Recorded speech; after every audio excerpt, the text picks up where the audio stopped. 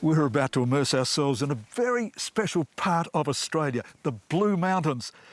With its dramatic scenery, it's a classic Aussie icon, right up there with Uluru and the Great Barrier Reef. Let's start with the scenery. Those three sisters dazzle every time, don't they? Then there are all the waterfalls, plenty of those, great after a bit of rain, like here at Katoomba Falls. And flowers. It's like the whole Blue Mountains is in blue. And the buildings, so much character up here, like the magnificent Majestic Hotel. The Blue Mountains, featuring in these next two episodes of Travel Oz. G'day, welcome. I'm Greg Granger. Ahead, the mountains come alive with the sound of a music festival.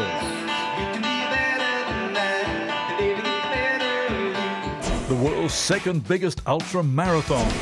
Vintage buses take us on the craft beverage trail. Dinosaurs in the rainforest. Climbers on the cliff. High tea at the Hydro. And going rooftop on the Skyway. All ahead in this episode of Travel Oz.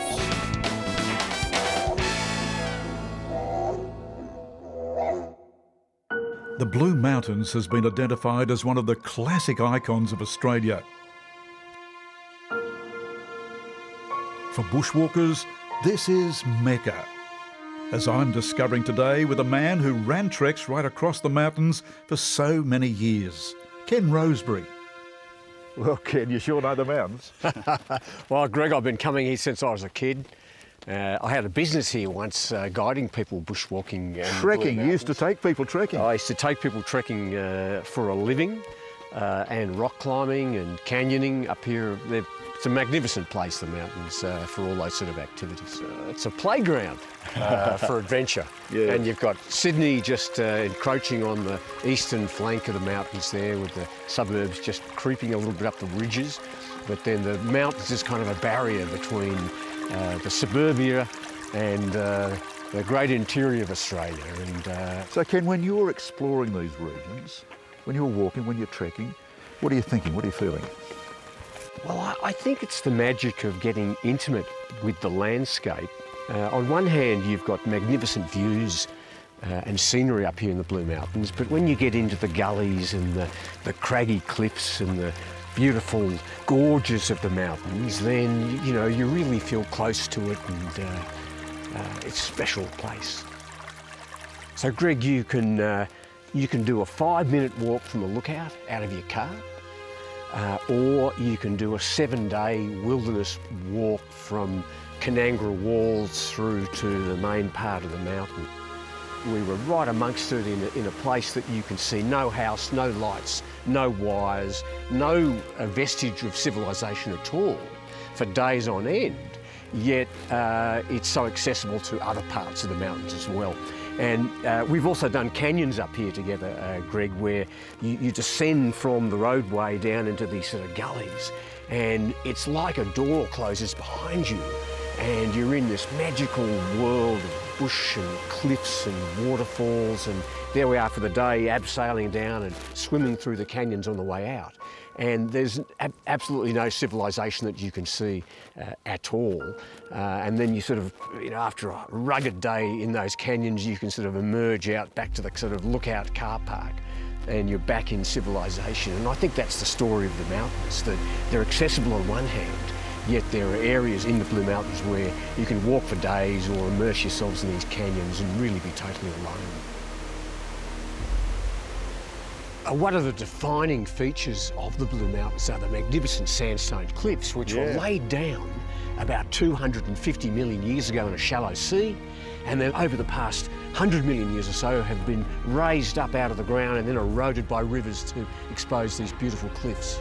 and they are spectacular. Yep. Every time. Yep.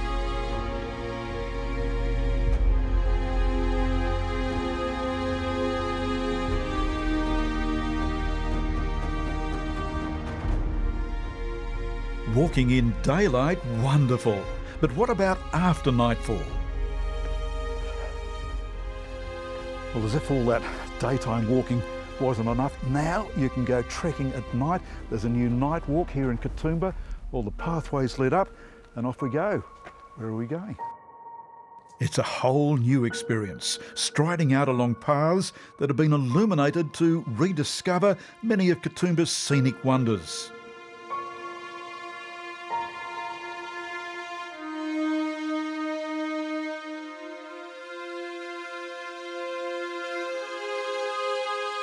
Spotlights are trained on both cliffs and waterfalls, with one of the highlights being Katoomba Falls.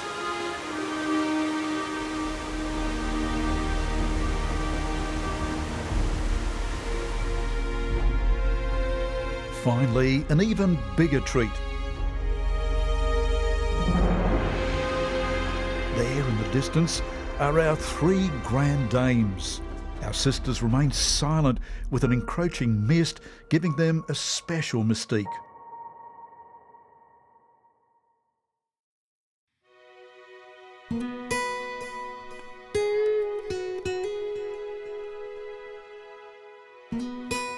From walking the mountains to jogging, a complete change of pace as we follow a major international event staged from Katoomba.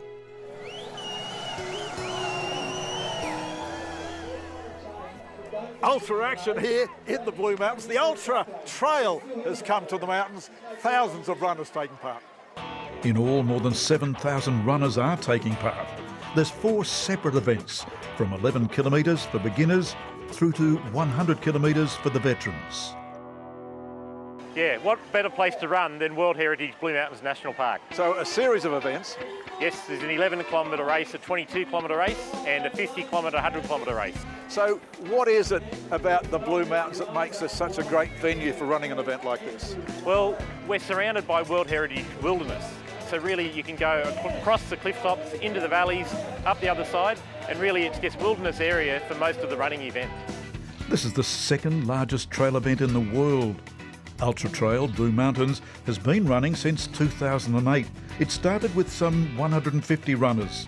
Today, all manner of runners are crossing the finishing line. Yeah, it was good.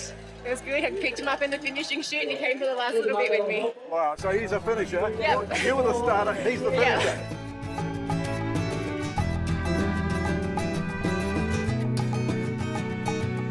So you've just flown in from the Netherlands. That's right, yeah. Did you run a lot there? I did actually, yeah. It's a good place for running and very cold, similar to here. So how is here to run? Oh, it is absolutely beautiful. I might have taken 100 photos. And the medallion? I finished, I did it. So that's your... Amazing, so happy. One of the oldest runners, Neil Cavell from Wollongong. How was it, Neil? Very good. Up the mountain, down the mountain, a bit sloppy out there, but the hills are amazing, yep. Beautiful scenery to run in. Absolutely amazing. I've ran in some good places, Kosciuszko, but this one takes the cake. You've had a health issue, but you're back strongly. I am back strongly, but I've got a long way to go. You had a heart operation a couple of weeks ago. I did about 16 weeks ago, yep. How are you feeling? Pretty good. Big event is the 100-kilometre marathon, with Rhys Edwards from Melbourne the winner, clocking in at 8 hours 10 minutes.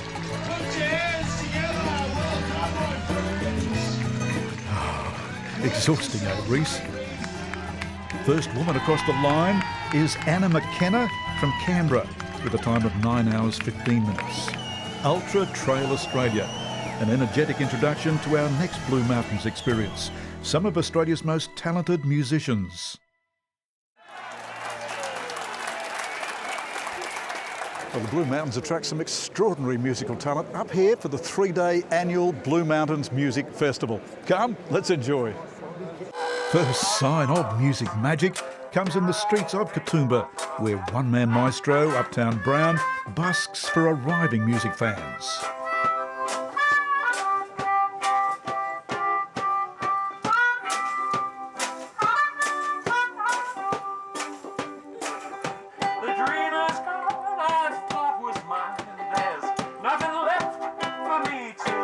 gonna cry over you. There's a diverse range of musical styles to be heard from the 32 performers and groups here.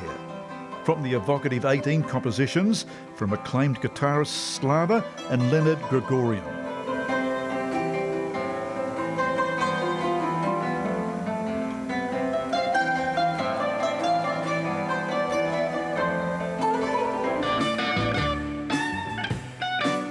To Vicky Thorne. Normally she's one of the waifs, but today she's singing solo as Thornbird.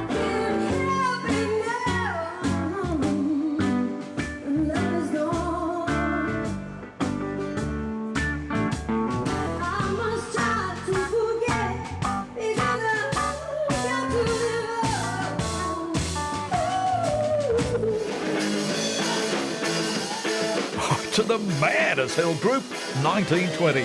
Have you ever seen a double bass handled like this?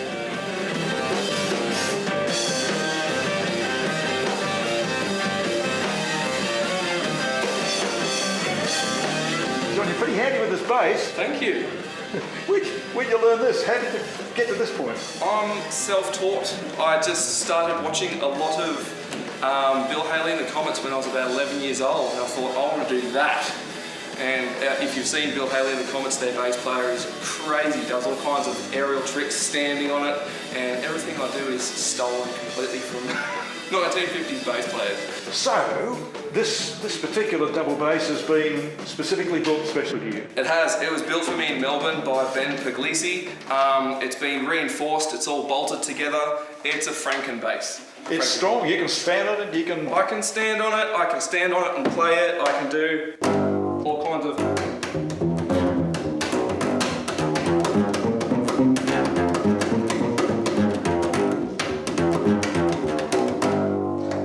all kinds of things, and it's a lot of fun.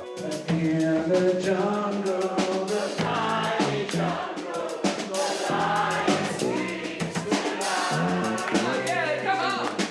In the jungle, the tiny jungle. What's the big attraction for the Blue Mountains Music Festival? It's just a wonderful setting. Every time we come up here, the people are so warm and lovely. The place is absolutely amazing. You've got the three sisters right here at your doorstep. The place is amazing and the music is unbelievable. The variety of artists that they get for this festival every year is absolutely amazing.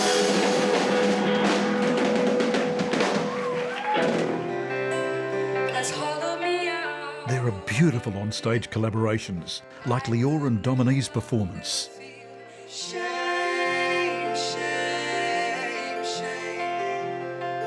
With organiser Bob Charter celebrating 25 years of the festival. I get to enjoy it. I know most of the acts, I've seen them before, and I get a great pleasure out of presenting unusual acts to an audience that comes along because they want to be surprised. They know the festival, they know its tradition of being a small, intimate festival that is acoustic in nature, and it's the Blue Mountains, it's the attraction as well. You come back and trip me up again.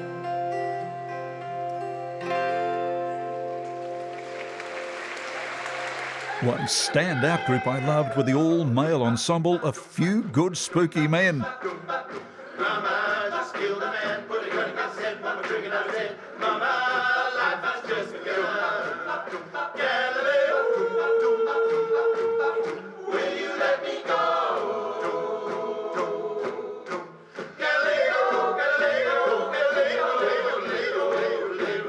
And finally, the headline act, John Butler.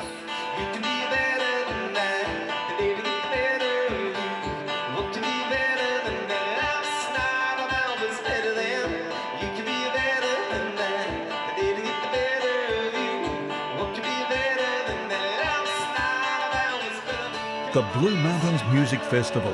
Magnificent.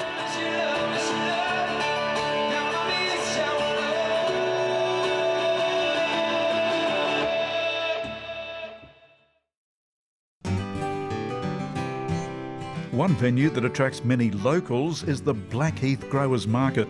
Nicole Riley is organising. We run Rain, Hail or Shine. We've been here for 19 years this year. and we have local and regional produce that join us every month here.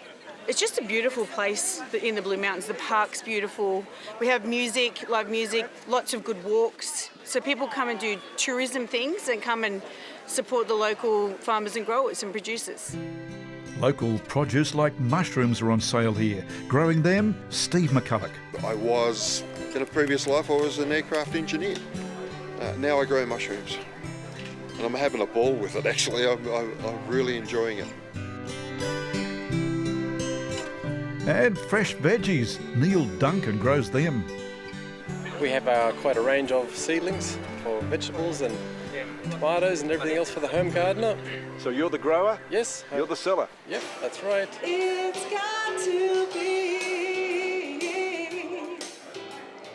perfect. It's got to be.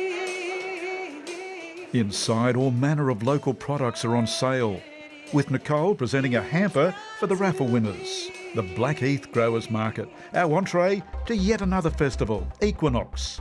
4 weekends of events staged all over mountain towns, celebrating the autumn equinox every March.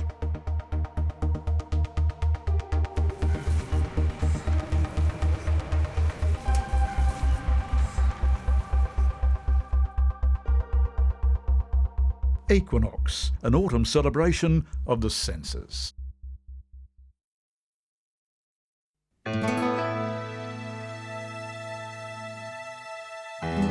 Think Blue Mountains, think the Hydro Majestic, because they're synonymous. Those brilliant white series of buildings straddle the escarpment overlooking the magnificent Megalong Valley. It's a classic Aussie icon, the brainchild of eccentric businessman Mark Foy.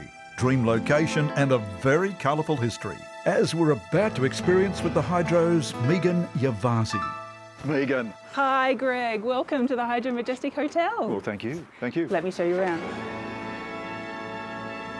So Megan, location, location, location. Yes, Greg, the Hydro Majestic takes up 1.1 kilometres across the escarpment here, overlooking the beautiful Megalong Valley. It is beautiful, and it's so big. You're on what, 3 blocks of land here? That's right, Mark Foy purchased 3 land holdings to build his Hydro Majestic Hotel back in 1904.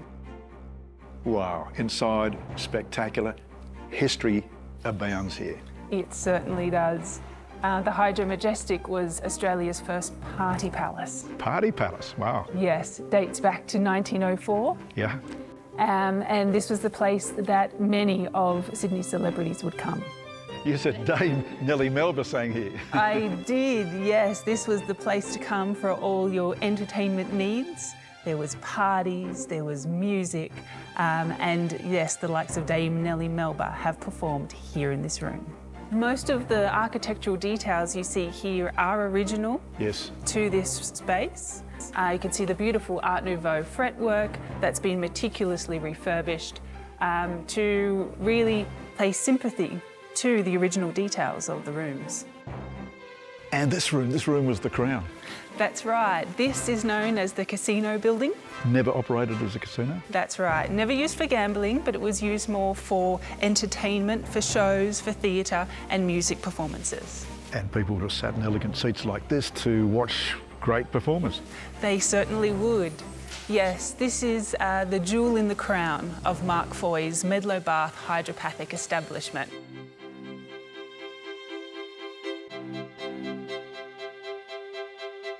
This room designated for gentlemen. Yes, so the space that we're in now is known as the Gentleman's Lounge.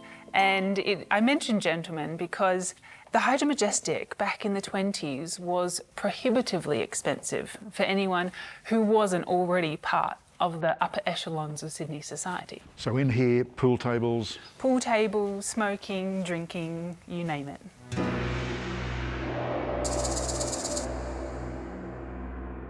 So gentlemen in this room, and up here in this corridor, the ladies.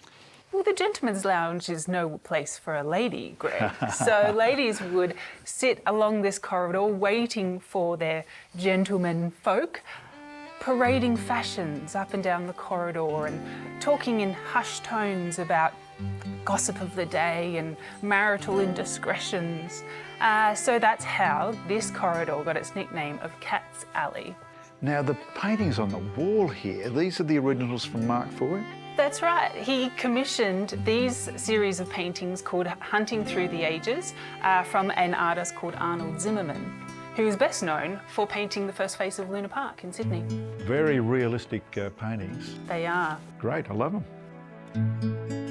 Greg, welcome to the pavilion. This is the history room? This is the history room. The Hydro Majestic, throughout the refurbishment, there were so many fantastic artefacts that the current owners discovered when they were going through the rooms that hadn't been used in years. They tried to use as many as they could throughout the refurbished spaces, but any spaces they couldn't use, they brought the artefacts here to create a museum to really tell the story of the history of the Hydro Majestic.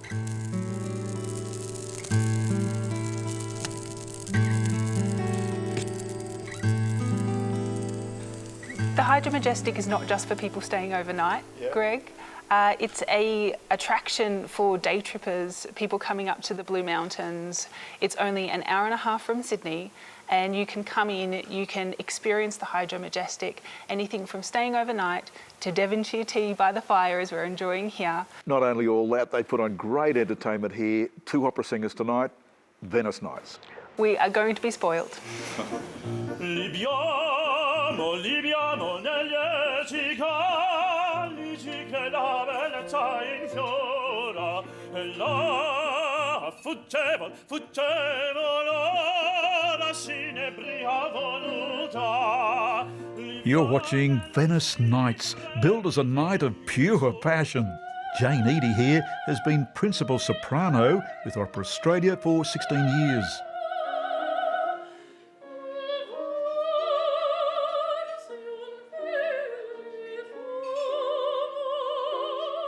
It's a wonderful spot for opera because, you know, opera is all heightened emotion and the Hydro is so beautiful. Everywhere you look, something is beautiful. So I think they're just a perfect match. And this dynamic performer is Brad Cooper, an acclaimed tenor who has a big following in Europe.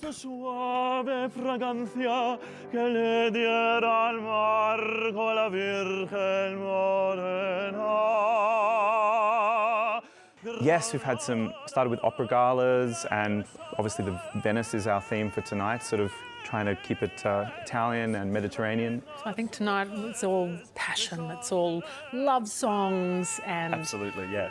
You know, exuberance and just, yeah, Mediterranean passion. Exactly. An evening of opera at the Hydro Majestic.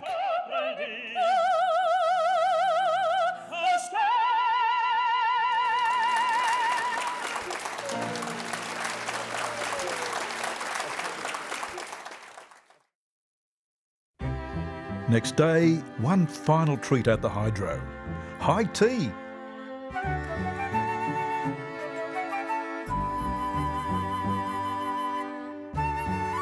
Eastern style and Western style.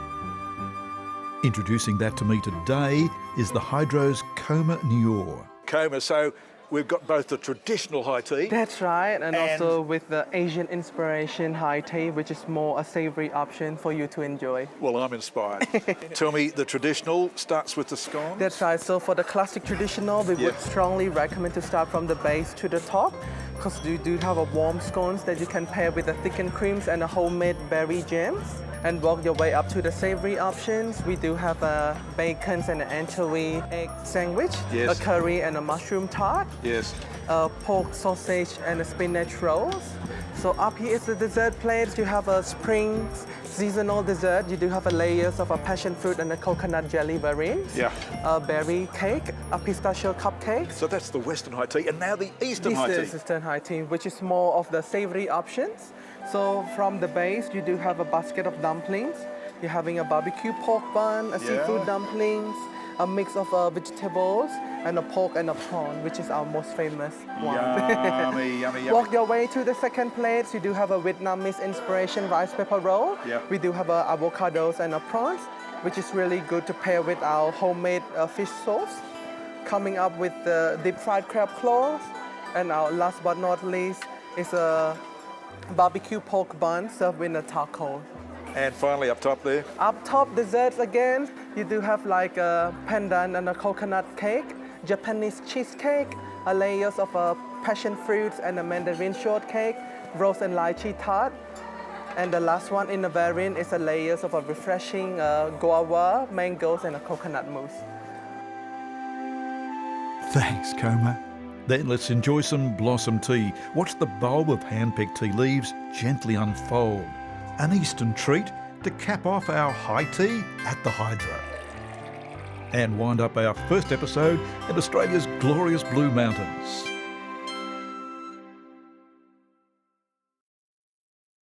I do hope you've enjoyed this episode of Travel Oz. We're back in the Blue Mountains. We love it so much here in our next episode with some more great experiences.